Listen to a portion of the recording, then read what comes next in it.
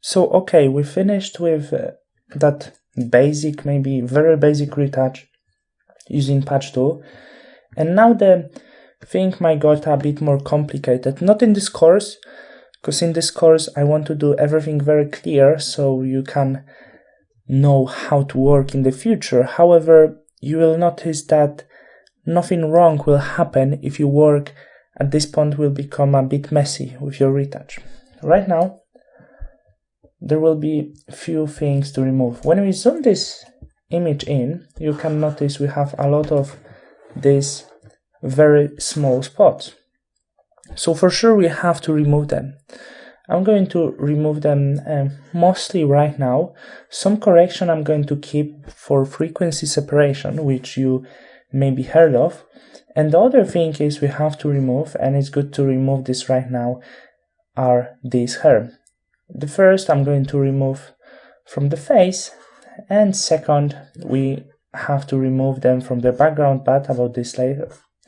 So there's two tools very useful for it, and the first tool of course is Healing Brush Tool, which works perfect for such a small spots. So that's the first thing we're going to use. It's Healing Brush Tool for small spots.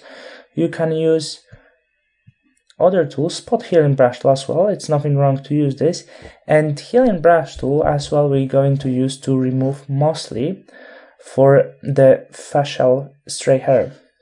Sometimes we can use Clone Stamp Tool. Clone Stamp Tool is especially great for the background and works average if we work on the face, because there's a lot of tones, so we don't want to change the tones, we don't want to destroy it, so that's why mostly I'm using Healing Brush Tool, but in some areas, probably over here, I could use Clone Stamp Tool, etc. So we can mix this. I'm going to separate such a things and explain you if I'm going to start something new, but for now I'm going to show you how does it work. So I have to create new layer, and I'm just going to call this maybe basic retouch 1 just for now, and on this layer I will be working just with all of the spots on the face and of the hair. I could actually separate every single step, but it doesn't really matter, and you know, if we create every separate layer for every separate thing, it's going to become messy. So this layer will be for the small spots and for the stray hair from the face, and of course from the hair, because we have to sort it out, but I'm going to do a break when I got to this point, of course.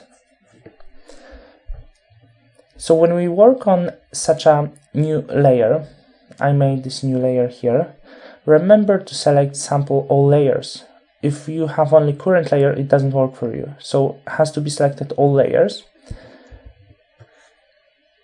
And of course it's hard edged brush, usually. You can change this for the hair and for some areas if it doesn't work. If you have very typical background with a lot of tones, it's good to change softness a bit. And how does it work? I'm going to take a clone from the area next to it.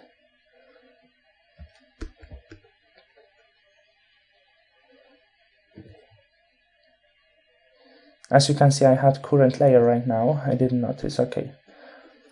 So I'm going to take a clone from the area next to it, and as you can see, I'm painting and I'm covering it.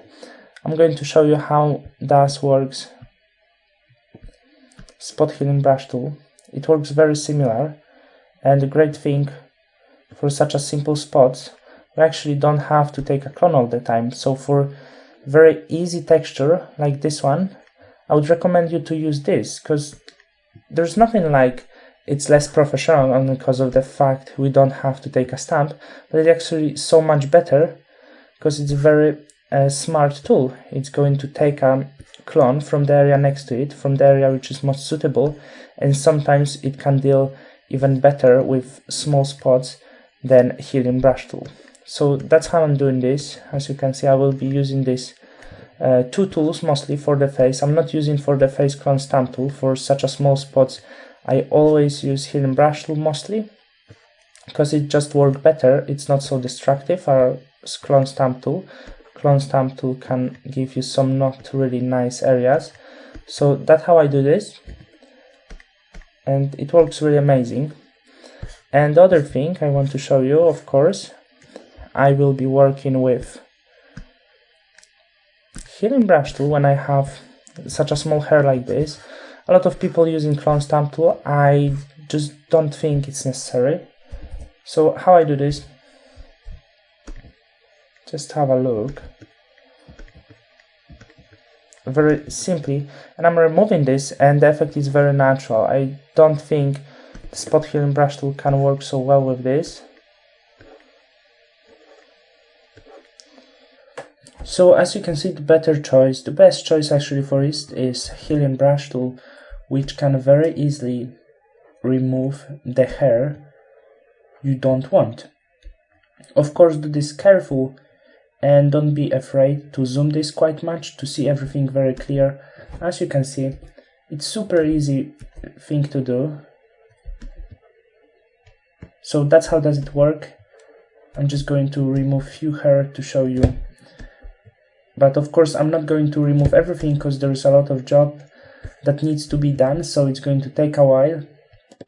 So I'm going to speed up this video and show you the time-lapse from this in the next lesson, which is going to be much better. Of course, not only hair, but here around the eye we have a lot of spots. We have to remove a lot of this hair with makeup. All of this imperfection has to be done, and the best thing for it will be, as I said, healing brush tool. So let me speed up this video. As you can see here, between the eyes we have a lot of things.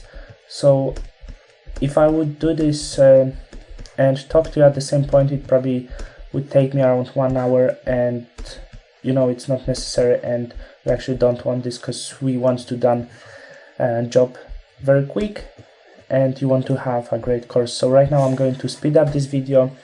I'm going to use mostly healing brush tool, as I said, to remove all of these spots, and then I'm going to talk to you once again to show you what I've done so far, and if I get any specific points I'm going to explain you this how it was done.